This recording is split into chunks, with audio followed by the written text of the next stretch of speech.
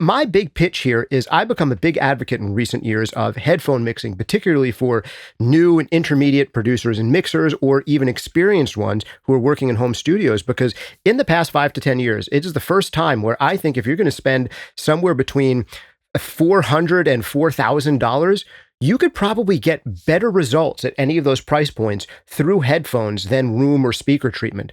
Like the kinds of results you could get out of headphone mixing for $400 these days, you'd have to spend at least a couple $1,000s, I think, in room treatment and speakers to get comparable results on. And this is very new. But speakers and rooms sound very different than headphones, and they can lead you to make different types of choices. So this idea of room and speaker emulation is a potential positive. But there's also this idea of correcting headphones to a target curve to get better results and better frequency response out of them. And we'll talk a little bit about a concept called HRTF, or head-related transfer function. That sounds too jargony. Don't worry, we're going to break it apart because I think you guys do something really interesting around that with this plugin. Before we get too much more into those details, Moritz, does that overall sense, did I describe what this is trying to achieve, and who do you think this kind of tool is best suited for? Yeah, I think well described. I think it does two things that you need when you work with audio, when you do mixing, mastering, any sort of work with audio. You need a reliable acoustic environment to make your decisions so that, well, you can judge really what you're doing. And that's usually done in a professional, well-treated studio room, which not everybody has access to. And this is one aspect what this plugin does for you. So the headphones you already have, you can emulate different studios with them. And then the other thing is you want to know how you mix sounds somewhere else. Because most of the music listening doesn't happen actually in recording studios. And I'm sure, well, I've been definitely in that situation that you, especially when you start out, you mix all night, you're super excited, happy. Next day you want to, show it off to your friends on a Bluetooth speaker or in a different acoustic environment, and suddenly it sounds not as awesome as you had imagined it from the day before, because it doesn't translate really well. And I mean, the audio engineers did a lot of I guess the car check, for example, is a classic, right? You bring your mix to your car. But here we can do even more, because by a click of a button, we can switch between, a living room with a smartphone. You can check how your sound, your mix sounds in the club, in different environments, on a TV, and of course, how it sounds in the car. Give us just a general sense of what this tool does.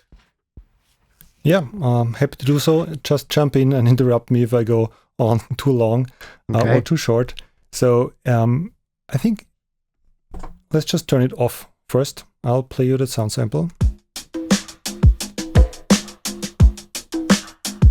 One thing with headphone sound is that it feels like it's really inside your head. It doesn't feel like it's coming from the front of you. So if we turn on a Space Replicator, you get a more natural stereo field and the sound jumps out. And again, I'm using the default headphone profile and the default binaural profile. So it's the most accurate for the most people.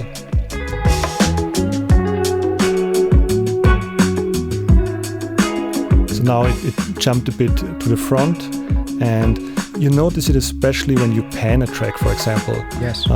Sounds that come just from the left on headphones don't even reach your right ear. But here it's different, and when I turn it off, it will be even more obvious.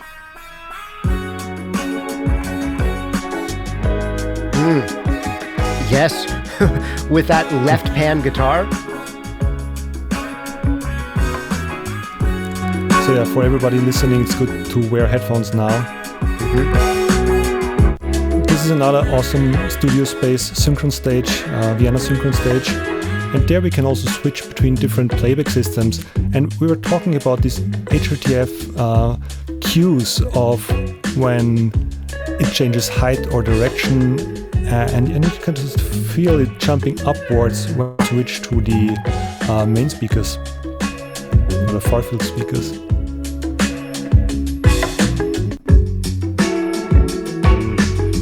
You could really feel like how the sound moves up.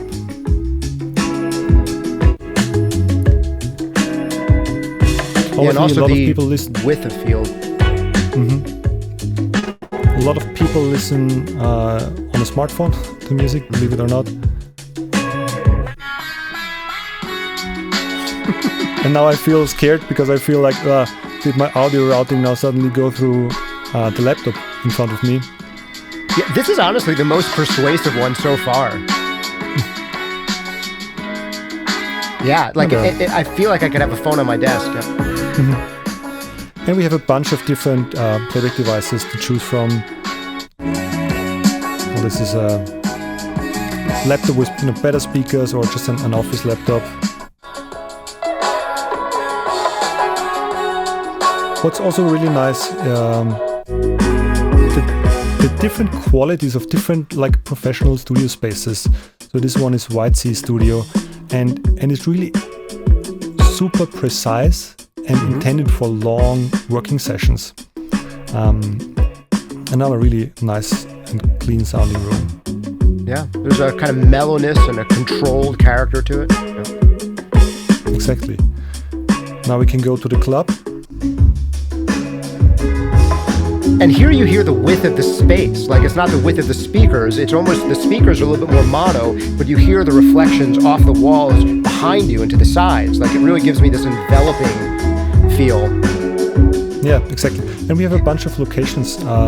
So DJ booth. And hopefully nobody will have to perform it in an empty club.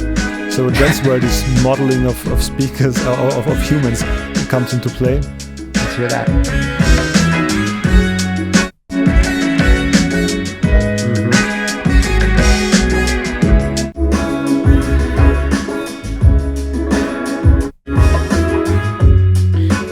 It becomes more direct once there's bodies in there soaking up some of the reflections. Yes.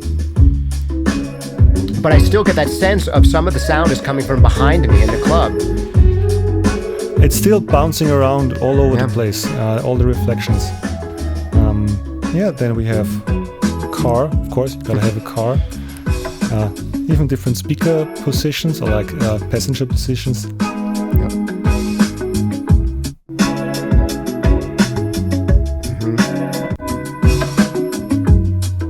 The one thing no one has modeled yet is me listening to the mix in my driver's seat and then leaning to try to hear the stereo balance into the middle. So if you could give me a head lean option, that'd be fun. Maybe in the future. Yeah. We'll make a note of it. Sure. TV. Sounds awful. Yeah. And I really hear the room, and the room is asymmetrical. That was something else I noticed with your living room model when you had like an acoustic, almost like an acoustic mono speaker. If you go back to that living room with the small set of speakers, or the kitchen, yeah. So this, it's like almost acoustic mono in the center, but then I hear the reflections on the walls around me, and the space seems somewhat asymmetric.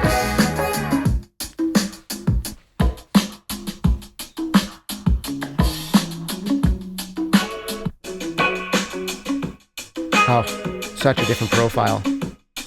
Yeah. It's also interesting on the TV. You can switch between the TV and the soundbar, and the difference couldn't be more drastic. Yeah. So boxy. I mean, honestly, this is fun even just as like a listening test to like acclimate ourselves to really tune into what different environments sound like, even just as a educational tool. Or even to quiz yourself, like close your eyes and have your friend change and say, what kind of space am I in? And see if you can figure that out for yourself. Yeah, maybe back to something a bit more hi-fi, like nice sounding spaces. That's the LEWITT Studio B in our office. That's a super dry room. I really like to use this room for like editing, voice, these kind of things. But you can hear the low end is imperfect in the way it would be in a room this size.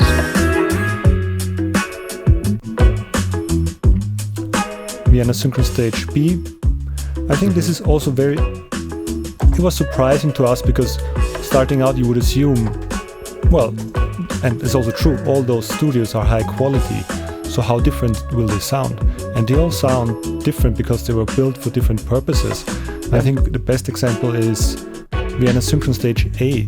So for people not familiar with the Synchron Stage, they produce a lot of movie scores. They can record like 100-piece orchestra in there. So they have very particular requirements on being able to hear these low frequencies really well in some of those instruments. And it's a bit more roomy also, these far-field speakers. It probably wouldn't be great to edit some voice there, but it's perfect for editing and mixing movie scores.